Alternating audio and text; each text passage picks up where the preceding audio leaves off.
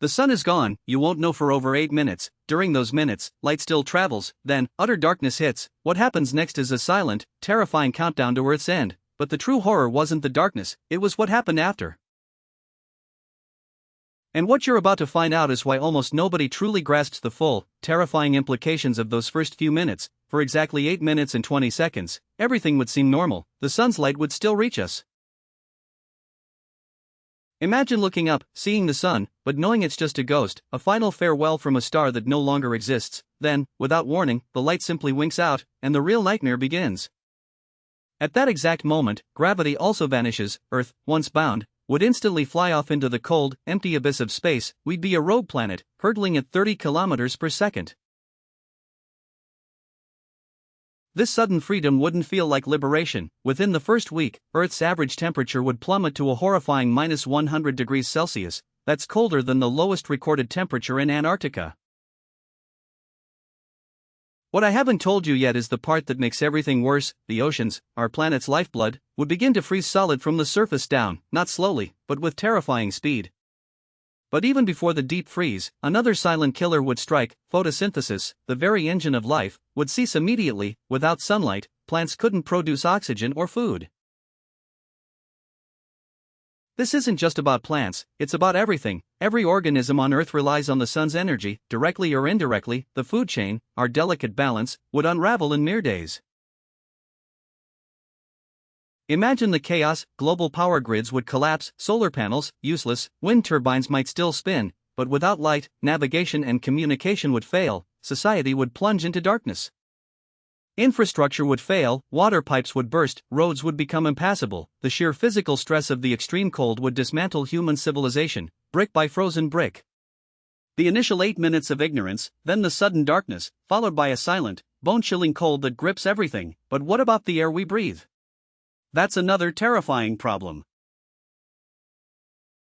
Without photosynthesis, oxygen production stops. While Earth has a vast oxygen reservoir, it wouldn't be replenished. Slowly, the air itself would become thinner, colder, and less breathable.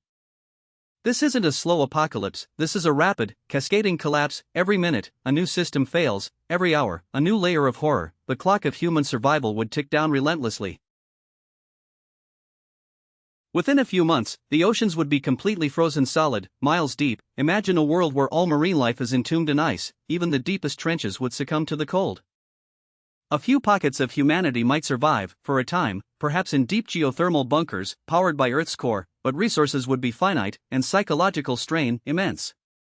Here's the part that sounds made up, but it isn't. Some extremophile bacteria could potentially survive deep underground. They don't need the sun, they feed on chemical reactions.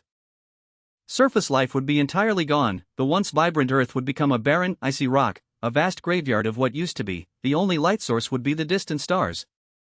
Even with fires, the sheer scale of the cold would eventually overwhelm. Heat dissipates, fuel runs out. The battle against the deep freeze would be a losing one, relentlessly grinding down resistance. Any humans in space, on the International Space Station, for example, would witness the horror firsthand. A dark Earth, a silent, terrifying confirmation of our sun's demise. Jupiter would still be illuminated for 80 minutes, Saturn for 160 minutes. They'd also experience their ghost sun. Then, they too would vanish from our view, swallowed by the void. Earth would continue its long, lonely journey through interstellar space, a dark, frozen wanderer, the ultimate cosmic exile. What I haven't told you yet is the part that makes everything worse. Imagine clinging to hope, searching for any sign of warmth, any flicker of life. The desperation would be absolute. Every last calorie, every last breath, a precious, finite commodity. Survival wouldn't be about thriving, it would be about simply existing, enduring the unthinkable, every day, a brutal test against the relentless cold and the gnawing hunger. The beauty of nature, completely erased, forests turned to petrified ice sculptures, rivers, solid highways of frozen water, the vibrant blues and greens, replaced by endless whites and grays. Perhaps advanced geothermal power could sustain small communities for centuries, but without external energy, these havens would eventually run down. The battle is ultimately unwinnable. The psychological toll would be immense, the loss of hope, the crushing realization that there is no rescue, no dawn, just an eternal, cold night stretching into infinity.